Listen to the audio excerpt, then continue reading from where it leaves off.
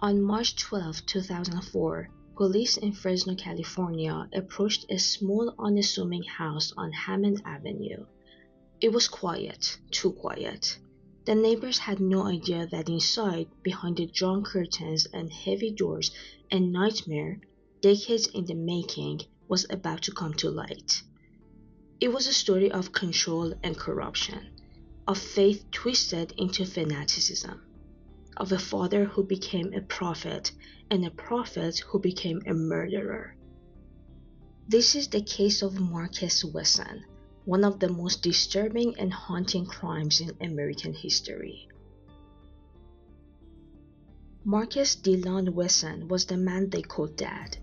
He was born on August 22, 1946 in Kansas to parents Benjamin and Carrie Wesson. He was the eldest of 4 children. To the outside world, his early life looked ordinary, but the seeds of darkness were planted early. Raised in a deeply religious Seventh-day Adventist household, Marcus's childhood was marked by strict discipline and instability. His father Benjamin was an alcoholic, abusive, and often absent. He never had a steady job. He just stayed home and flirted with his own children. Allegedly, he had homosexual tendencies and at one point ran off with a teenage male relative to San Jose and returned a decade later. His mother, devout and fearful of sin, instilled in him an intense, literal interpretation of the Bible. By his teenage years, Marcus had already developed a commanding personality, charismatic yet manipulative. He dropped out of high school and joined the army as an ambulance driver from 1966 to 1968. After serving a short stint in the U.S. Army, he drifted, often unemployed, and began to shape a worldview centered entirely around himself. That worldview would become his weapon. In the 1970s, Marcus met a woman named Rosemary Solorio, a single mother with 10 children, who was 13 years his senior. Marcus, nearly 30, soon moved in, and in 1971 he had his first son with Rosemary. But it wasn't Rosemary who had really captured his attention. It was her 8-year-old daughter, Elizabeth. Marcus prophesied that God had destined Elizabeth to become his wife, and horrifyingly, he began grooming her for that role. By the time she was 14 and he was 34, they were married in a mock ceremony, and she gave birth to his second child 4 months later. She would bear him 9 other children, one of whom died as an infant.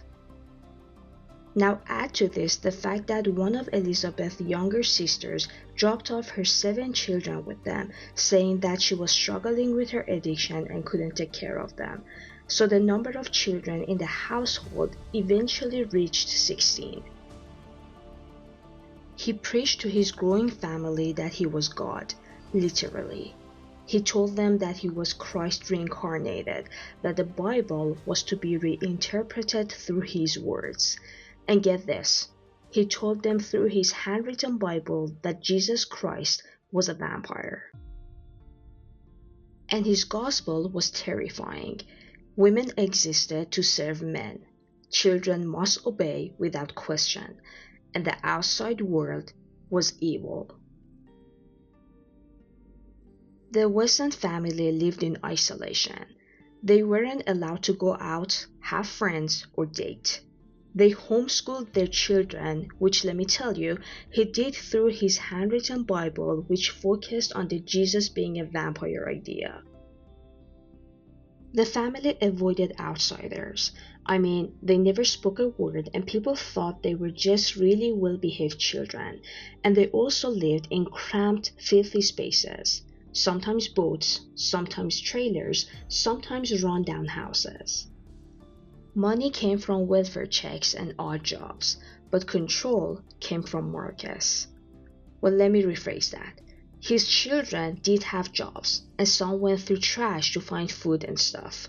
But Marcus never worked and forced his working adult children to give him their entire pay, while they scraped their wallets to find coins to pay at the store. Though, as reported, Marcus still always had money to buy himself some fast food. He made the children refer to him as Master and Lord, and they were severely beaten over the smallest things, like having an extra spoonful of peanut butter. And he beat them with a stick wrapped in duct tape or a small baseball bat. He enforced a strict dress code. His daughters and nieces wore long, modest dresses, and as they grew older, they were subjected to something far worse: Marcus's divine right to choose them as his wives. Remember I told you about him homeschooling the children? Well, one of the things on the syllabus was teaching girls early on, like at the age of 8 or 9, how to perform oral sex. Yes, you heard that right. At one point, he started molesting and sexually assaulting 2 of his own daughters and 3 of his nieces who were all around 14 or 15 years old, and all 5 became pregnant with his children at the same time. The sexual assault had started when they were around 8 or 9. And to him, all of the girls were his wives, and their household duties included washing his dreads and scratching his head, belly, and armpits. It's difficult to even say out loud, but Marcus Wesson fathered children with his own daughters and nieces. Some of those children, horrifyingly, were both his grandchildren and his children. He told them these relationships were sacred, that he was building God's pure family. It was not a family, it was a cult. He told the girls that raping them was loving them, and this was a father's way to show affection for his daughters. And no surprise here, they all bought it. Well, at least at first. The girls even started becoming jealous of each other because of the private time he was spending with their siblings and cousins. But nothing stays the same. By the early 2000s, cracks had begun to form in Marcus's empire of control. Several of his adult daughters, now mothers themselves, had left the family. They had begun to question the man who had dominated every aspect of their lives, and most importantly, they wanted their children back. On March 12, 2004, 2 of Marcus's nieces and 1 of his daughters arrived at the family home in Fresno with a demand: hand over their children. They were tired of Marcus hiding them, tired of his manipulation. They wanted to take their kids to safety. The confrontation quickly grew tense. Words turned into shouting, and someone called the police. At around 2 p.m., Fresno police arrived. They found a chaotic scene. Tearful women in the front yard, arguing and begging for their children. And inside the house, Marcus Wesson calmly refused to move out of their way. The officers, unaware of just how dangerous he was, believed they were dealing with a domestic custody dispute. They urged patience, negotiation. Then, a sudden silence. Marcus just asked to go back inside to say goodbye to his children before handing them over to their moms. Marcus finally emerged from the house after 80 minutes, slowly, calmly, covered in blood. At first, police thought he might be injured, but when they handcuffed him and entered the house, the reality hit them like a wall of nightmares. In a small, dimly lit back room, barely larger than a walk-in closet, they found a pile of bodies and 12 coffins stacked near the wall. 9 bodies in total. They were all children and young women, ranging in age from 1 to 25. each had been shot through the eye, execution style. Among them were Marcus Wesson's daughters, his grandchildren, and his children, many of whom were both. Officers stumbled out of the house in tears. Hardened detectives, veterans of violent crime scenes, would later say it was the worst thing they had ever witnessed. Marcus Wesson showed no remorse. In fact, during questioning, he seemed detached, almost proud. He claimed that his children had formed a suicide pact, that they had chosen death over being separated. He even suggested that one of his daughters had pulled the trigger herself. But investigators quickly dismantled that claim. The positioning of the bodies, the ballistic evidence, and Wesson's absolute control over his family all pointed to one conclusion. This was no pact. This was slaughter. But Marcus was right.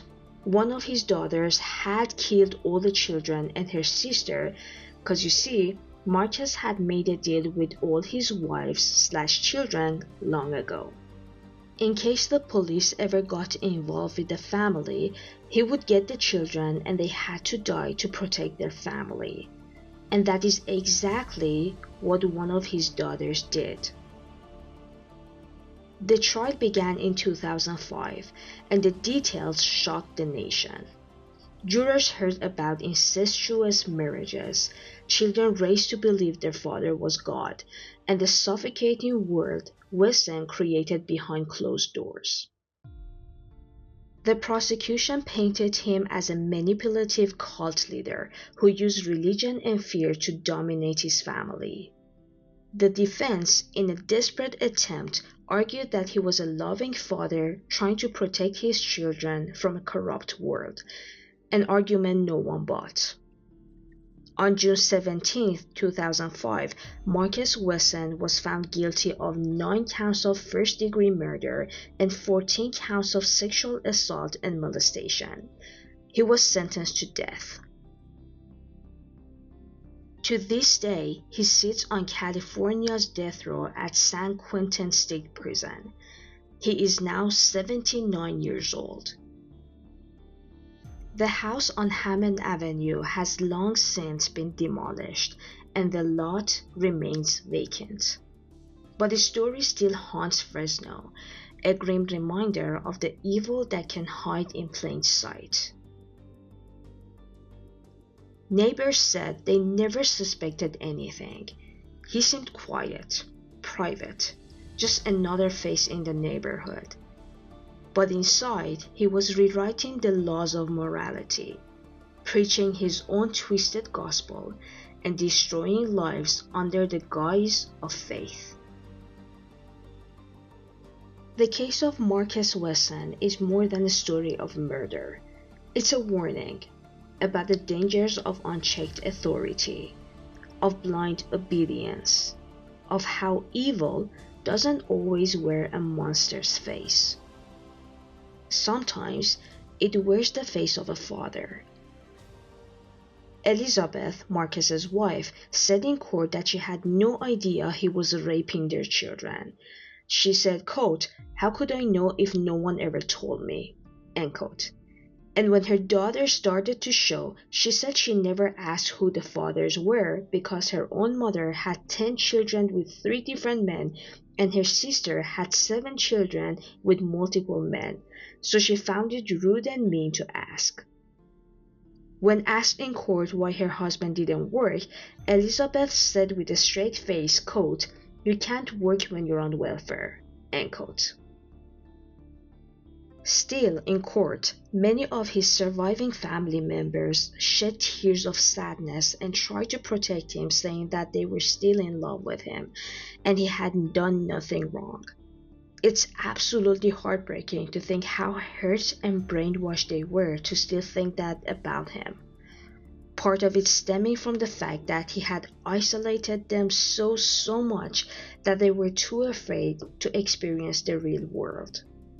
A world free of pain and hurt, free of betrayal and lies, I mean the physical, mental, and emotional pain that they had all gone through. Who can even imagine? This was the story of Marcus Wesson, the man who called himself God and built a kingdom on fear and blood. And in the end, that kingdom collapsed, leaving behind only questions that can never truly be answered. But why did they obey? Why didn't anyone see? And how many more prophets like him are still out there hiding behind locked doors? When we try to understand Marcus Wesson, it's tempting to ask, how could one man commit such horrors against his own family? How could his children obey him for decades? To answer that, we need to look not just at the acts themselves, but at the mind behind them, and the world he built around him. Marcus Wesson was more than a father. He was a master manipulator, a charismatic authoritarian, a man who convinced himself he was God incarnate. He displayed traits we often associate with narcissism, a belief in his own absolute importance, a compulsion to dominate, a complete lack of empathy.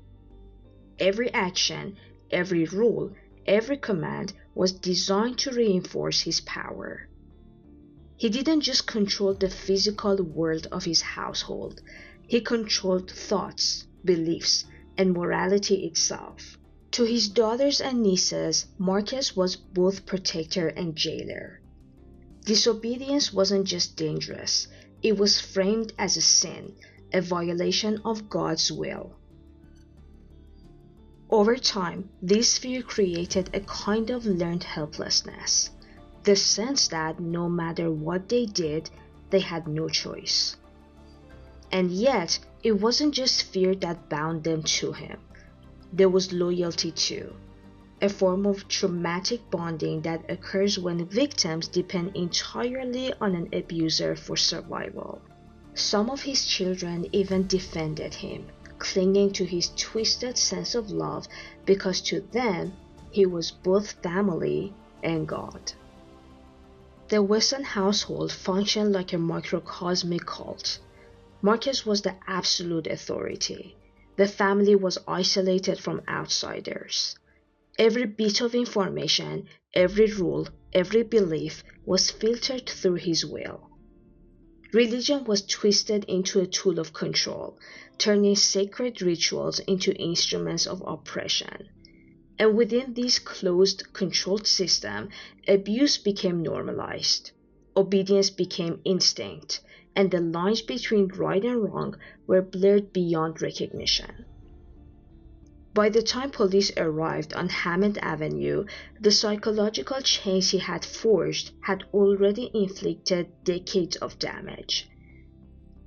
His children had been trained to obey without question, to believe that his word was divine and that their world existed solely within the walls he controlled.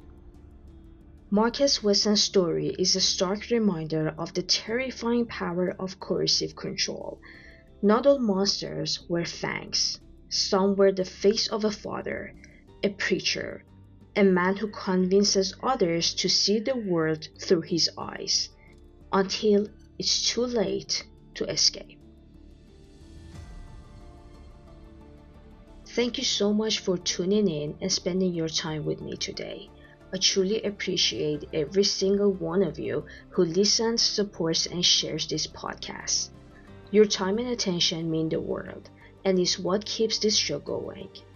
If you enjoyed this episode, please like and subscribe and share it with someone who might find it interesting too. Until next time, this is your host signing off.